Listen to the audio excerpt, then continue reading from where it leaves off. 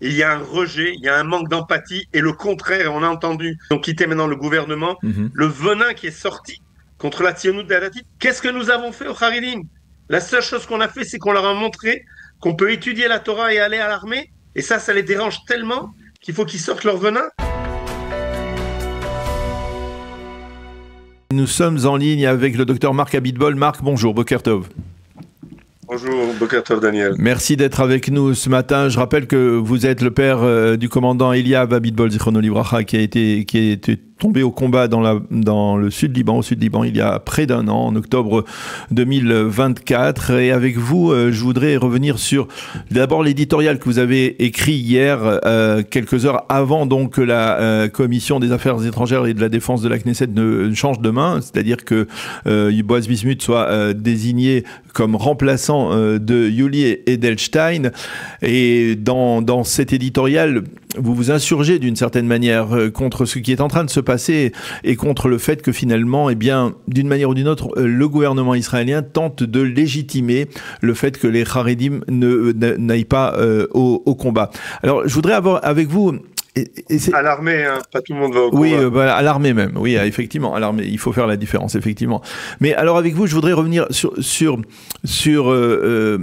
le contenu de cette loi. La loi, apparemment, celle qui n'a pas été acceptée par les orthodoxes, mais celle qui aurait pu être peut-être acceptée, les termes de la loi sont relativement clairs. On parle pour la première fois d'un enrôlement de plusieurs milliers d'élèves de yeshivot par an. Alors, la question finalement, c'est dire, on voit la moitié du verre vide ou la moitié du verre plein. Si on voit la moitié du verre plein, c'est la première fois que les orthodoxes, s'ils signent un accord de ce type, eh bien, pourront, d'une certaine manière, accepteront le principe de s'enrôler dans l'armée par milliers. Ça peut déjà marquer un changement dans la réalité israélienne et dans la réalité de Tsahal. Moi, j'aimerais bien qu'on vote une loi pour que Marc Abitbol, il n'ait pas à payer des impôts. Mais que de temps en temps, peut-être, si j'ai envie, j'en paierai un peu. Daniel, vous pensez que ça peut passer, cette loi? Probablement pas. Moi, je comprends pas pourquoi il faut une loi. Faut pas, il n'y a pas besoin d'une loi. Il y a un devoir et un srout et un mérite, après 2000 ans de galoute, d'être dans l'armée d'Israël, de défendre son peuple. Et ça n'a aucune contradiction avec l'étude de la Torah. J'ai des enfants qui sont restés 4 5 ans à l'Eshiva, qui sont partis à l'armée, qui sont revenus. Et ça doit être la norme. Mais alors, mais est-ce que, Et rien d'autre. mais Et, c'est vrai, mais c'est pas nouveau. une petite seconde. Et donc, je ne demande pas à faire des choses de force. Ce que je demande et ce que j'écris dans cet article, c'est d'abord qu'on reconnaisse le principe. Il y a des valeurs. Et parmi ces valeurs, parmi ces valeurs, il y a qu'il n'y a pas de contradiction entre l'étude de la Torah et servir son peuple. Et ce que l'on est en train de faire en faisant une loi qui est sur mesure sur ce que veulent les Haridim, parce que pour l'instant, ils n'ont encore rien signé, ils n'étaient pas d'accord avec ce que Yuli Edelstein voulait faire passer. Donc même ce que vous dites qu'il y a peut-être 3000, 4000, on est très loin, puisqu'ils ils veulent pas de quotas, ils veulent pas de ceci, ils veulent pas de cela, donc je ne sais pas exactement ce qu'ils veulent, mais ça m'intéresse moins. Ce qui m'embête, c'est qu'on légitime le fait qu'il y a une partie du peuple juif qui dit c'est moi qui représente l'étude de la Torah, et sans moi, il n'y a pas d'étude de la Torah. Et quand on accepte ça, on, on salit la mémoire de nos jeunes qui sont tombés avec, comme mon fils, avec un livre d'études dans la poche. Et ça, c'est pas acceptable. Je pense Mais que la première chose qu'il y a à faire, c'est d'abord de parler de nos valeurs, des valeurs qui sont vraies. Il n'y a pas que les Haridim qui ont le monopole de l'étude de la Torah.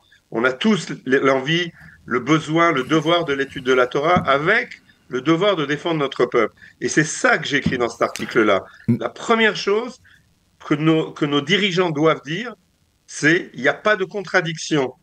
Et après, on voit petit à petit comment on fait les choses. mais Mais quand on passe directement à légitimiser que le monopole de l'étude de la Torah n'est que dans les mains de la Hanaga Haridite et que tous les autres, c'est pas considéré comme ce qu'ils font, ça salit la mémoire de nos enfants, ça délégitime tout ce que l'on fait, et ça, c'est pas acceptable. D'abord, il faut qu'on accepte ça. Alors, vous avouerez avec moi que c'est difficile de faire accepter à des orthodoxes qui ont une doctrine de vie très claire. Hein. Elle est rigide, elle est très claire, elle est connue. Elle ne va pas se bouleverser, se changer même en 1 an, même en 5 ans, même en 10 ans.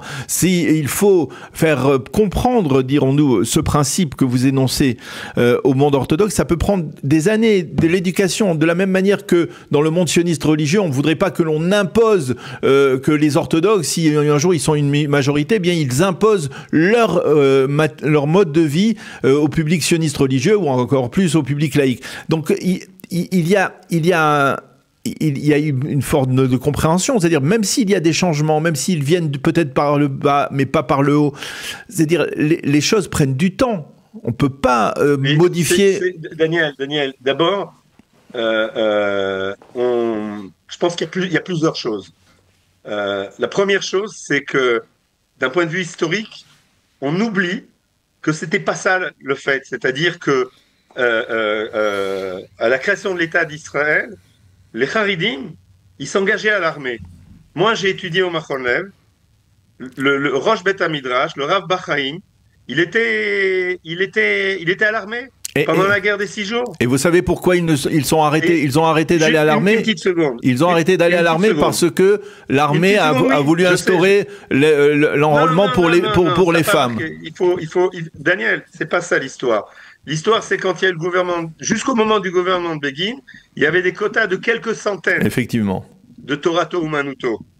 Quand le gouvernement de Begin est arrivé pour faire des coalitions avec des Haridim, on a libéré ces quotas. Et là, ça a démarré. Et après, effectivement, dans l'histoire on a besoin d'une petite armée, etc., les choses sont faites. Mais ça a démarré par libérer les quotas de Torah ou Manuto sur n'importe où, n'importe quoi, et peu importe ce qui se passe. Donc, le Chet Kadmon, la faute première, elle est là. Elle est fin des années 70. Quand jusque sous Ben Gurion, jusque tant des gouvernements de gauche, de façon paradoxale, les quotas, ils étaient de quelques centaines. Mm-hmm. Et d'un coup, on libère tous les quotas et on se trouve de quelques centaines de personnes qui vont pas à l'armée à 80 000. Donc là, il y a déjà une déviation qui a été... il faut arrêter de parler que ça a toujours été comme ça. Ça n'a pas toujours été comme ça. Donc quand on dit « Ah, il faut qu'on les change complètement », non. Il y a eu pendant 40 ans, la moitié de la période jusqu'à aujourd'hui, ce n'était pas comme ça. Donc ça veut dire que ça peut être aussi de façon différente. Alors ça, comment on change? Il faut se rappeler. Comment on change? Une seconde, Daniel. La deuxième chose, la première chose, c'est parce qu'après on oublie ça. C'est que ça n'a pas toujours été comme ça. Qu'ils ne viennent pas nous raconter, ça a toujours été comme ça. C'est pas vrai. Les Haridim, ils allaient à l'armée. Ça, c'est la première chose. Et la deuxième chose, ils étaient combattants. Et la deuxième chose, c'est, oui, il faut faire les choses en accord. Mais tant qu'il y a une anaga, un leadership qui refuse totalement, et quand je dis totalement, c'est ce que j'ai écrit dans l'article, qui ne vient pas écouter le Kaddish d'un orphelin sur la tombe de son père. Et quand il écoute ça, il comprend où est-ce qu'il appartient à ce peuple ou pas. Ça, c'est la première chose qu'eux, il faut qu'ils fassent. C'est qu'ils acceptent, qu'ils participent à ce qui se passe ici dans ce pays, qu'ils font partie de ce peuple. Une fois qu'il y a cette acceptation, on s'assoit, on voit comment on fait les choses.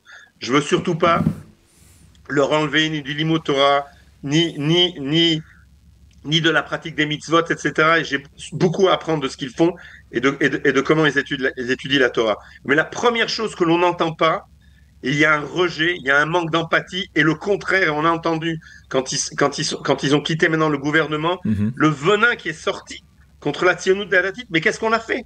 Mais Ribono Shel Olam, qu'est-ce que nous avons fait aux Haridim? La seule chose qu'on a fait, c'est qu'on leur a montré qu'on peut étudier la Torah et aller à l'armée, et ça les dérange tellement qu'il faut qu'ils sortent leur venin. C'est pas la Tzionut Dadatit qui est dans les gouvernements qui a fait quelque chose, au contraire. Moi, je suis insatisfait de la manière dont notre leadership représente nos valeurs. Donc, c'est sûrement pas eux qu'il faut tomber dessus, mais ça les dérange. Parce qu'il y a ici, ils se regardent dans un miroir de ce qui peut être fait, de l'étude de la Torah, et en même temps participer à cette période qui est spéciale au peuple juif. Et tout ce que je demande, c'est d'abord une reconnaissance de ça. Il n'y a pas besoin de loi, et après on s'assoit ensemble, on voit comment on fait les choses. Mais ça démarre par une reconnaissance des vraies valeurs et de ce qu'il faut faire et de ce qu'il faut accepter. Tant qu'il n'y aura pas ça, Daniel, peu importe les lois qu'on va faire passer, ça ne marchera pas. Ça, c'est un côté. Et un autre côté. Il y a aussi, Marc, il y a aussi le contexte. Même si effectivement c'est douloureux et c'est problématique l'attitude du monde orthodoxe, il y a un contexte. On parle de politique. Il y a certaines règles dans la vie politique qu'il faut respecter. Par exemple, un accord est signé de coalition avec le gouvernement, avec différents partis, entre le Likoud et les différents partis. Et parfois, ça va satisfaire le sionisme religieux de Bezalel Smotrich, que les Haredim votent avec lui certains projets de loi dont ils n'ont pas véritablement grand-chose à faire. Et parfois, eh bien, c'est le contraire. Il faut se placer dans une discipline parlementaire qui oblige, par exemple, les membres de cette coalition à voter en faveur de lois qui ne sont pas leurs lois prioritaires. Là, ce que les Haredim disent aujourd'hui, ils disent, nous, on a conclu un accord qui incluait une loi qui dispensait le service militaire, au moins une grande partie des élèves orthodoxes. Nous, on a été, au cours des 3 dernières années, très fidèles. On a voté en faveur de la réforme judiciaire, on a voté en faveur de toutes les lois, on a été disciplinés. Pourquoi finalement, maintenant que c'est nous qui demandons quelque chose, eh bien le mouvement sioniste religieux ne vote pas avec nous, le Likoud ne vote pas avec nous et on n'arrive pas à faire passer cette loi? Non, parce qu'il y a une date très simple qui s'appelle le 7 octobre, Daniel. Il y a des choses qui ont changé le 7 octobre. Il y a une ashgacha pratit, on croit en les choses. Il y a quelque chose qui a changé le 7 octobre. Et il n'y a rien à faire. C'est un réveil. C'est un réveil du peuple juif le 7 octobre. Avec dans la douleur, dans tout ce qui nous est arrivé. Et les choses changent. Après, moi, je ne me pose pas par rapport à la politique. Je suis pas un politicien, je suis un citoyen de l'État d'Israël. Je me pose en tant que citoyen d'État d'Israël. Et en tant que citoyen d'État d'Israël, j'ai le droit de demander le minimum, même s'il y a des accords politiques, que nos dirigeants spirituels et politiques reconnaissent un certain nombre de valeurs. C'est tout ce que je demande. Après, comment on en fait et qu'est-ce qu'on en fait de façon politique, ça se discute. Est-ce qu'il faut arranger la loi, pas arranger la loi? Mais tant qu'il n'y aura pas une reconnaissance de ces valeurs, Daniel, tous les accords politiques qui passeront, ils resteront pas, c'est pas possible. Après ce qui s'est passé le 7 octobre. Donc oui, il y a des accords, mais les choses changent. Et surtout, quelle est la valeur d'un accord s'il y a pas une reconnaissance, une acceptation de participer à ce qui se passe dans ce pays? C'est la base de ça. Donc, qu'est-ce que moi je demande? Je demande d'abord qu'on s'arrête 5 minutes et qu'on explique c'est quoi nos valeurs communes, pourquoi on est ensemble dans ce gouvernement, les Haridim et les autres. Et quand on se met à table et que d'abord on démarre par ça, après on peut voir quel type de loi on peut faire passer. Mais de nouveau, ma voix à moi, c'est la voix d'un citoyen de ce pays. Alors, pas politicien ici. Alors concrètement, comment on fait pour dialoguer, pour essayer de faire changer les mentalités? J'ai dit dans l'article, et je pense que j'ai eu aussi un réveil. Pendant la guerre contre l'Iran, j'étais coincé au Brésil et j'ai été invité à Sao Paulo par des familles orthodoxes. J'étais invité par des familles. Il y a une famille, c'était des Israéliens qui étaient en shlichut là-bas pour enseigner dans une école juive orthodoxe. Et j'ai découvert que le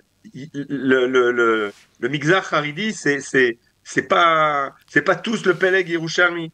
Il y a un spectre très vaste qui est en train de s'étaler et de s'ouvrir et qui est inévitablement en train de s'étaler et de s'ouvrir parce qu'il est au contact de ce qui se passe, parce que le monde progresse et parce qu'on a vu pendant l'émancipation les dégâts que ça peut faire lorsque l'on essaye de rester que dans ce Dalet Amot de Halacha.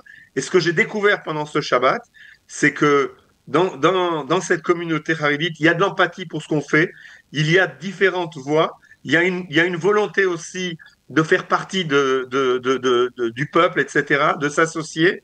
Et moi, ça m'a énormément réconforté sur le fait qu'il y a beaucoup de choses à faire et que le verrou aujourd'hui, c'est une partie des politiciens qui ne prend pas à la main, qui ne comprend pas qu'il y a non return point, que c'est après ce 7 octobre et ce qui s'est passé et la prise de conscience, c'est fini. Il y a des choses qui vont changer. Elles prendront un peu plus de temps ou un peu moins de temps. Donc le verrou aujourd'hui, c'est les politiciens qui doivent, les leaders qui doivent prendre en charge parce que la base que j'ai rencontrée, ce que j'ai vu, ça me donne énormément de confiance que ce peuple-là, à la fin, il est uni. La base, elle a beaucoup de choses en commun. Et ça, c'est par là-bas que, à mon avis, les choses doivent changer. Je crois plus beaucoup à ce qui se passe maintenant à la Knesset. On est sur, comment ils appellent ça au basket, money time. On est dans les mois, 6 mois, 8 mois, peu importe, à la fin de cette Knesset. Et donc, peu importe, je sais même pas, même si à la Vadat Rukat Bitachon, il y a une loi qui se met en place, est-ce qu'elle va être votée, pas votée? Il y a quand même 5 personnes qui étaient Qui était contre contre, ouais. le changement de Yuli Edelstein. Ça veut dire combien de personnes vont rester, plus les gens à Tzionut Datit qui vont pas voter, plus les gens. Donc, je sais pas combien cette loi, elle peut effectivement passer. Là, pour l'instant, on joue la montre. Donc, ça m'intéresse moins. Ce qui m'intéresse aujourd'hui, c'est que des voix d'en bas, même dans le Mixar Haredi, se lèvent pour dire oui, on veut changer les choses, on veut garder notre spécificité, mais on veut faire partie de ce peuple. C'est par là-bas que ça va changer, par en bas, plus que par en haut, jusqu'à que nos leaders prennent un peu plus conscience de ce qu'il faut faire. Eh bien, Marc Abitbol, merci beaucoup de nous avoir fait partager votre appréciation de cette situation complexe, il faut bien l'avouer, complexe, difficile, mais il n'y a rien de simple ici, bien entendu, on l'a bien compris. En tout cas, merci beaucoup. J'étais cette semaine en France avec une réunion avec le comité exécutif de la société dans laquelle je travaille, et j'avais des gens un peu partout dans le monde, donc pas de juifs, et donc il y a cet article, je leur ai montré cet article, et ils ont posé des questions parce qu'ils n'arrivaient pas à comprendre exactement qu'est-ce qui se passait. Pourquoi est-ce qu'il y avait une partie de la population qui voulait pas? Pour eux, le peuple juif, c'est quelque chose d'uni. Ils le voient pas comme nous, on le voit de l'intérieur. Et c'était très intéressant de voir que de l'extérieur, on pense qu'on est super unis, qu'on a des menaces qui font telles que l'on est tous ensemble unis et prêts à céder les uns aux autres parce qu'ils voient en ce qui se passe en Israël un modèle unique dans le monde de solidarité, de résilience, etc. Et ils comprennent pas ce qui se passe avec les Juifs. Bien, en tout cas, c'est rassurant de voir qu'il y a aussi des non-juifs qui comprennent d'une certaine manière la réalité israélienne et qui pensent qu'effectivement nous sommes unis face à l'adversité et que nous ne sommes pas un peuple génocidaire comme certains voudraient nous le faire croire en tout cas. Merci beaucoup Marc Abitbol d'avoir été avec nous ce matin. Bonne continuation, à bientôt. À bientôt.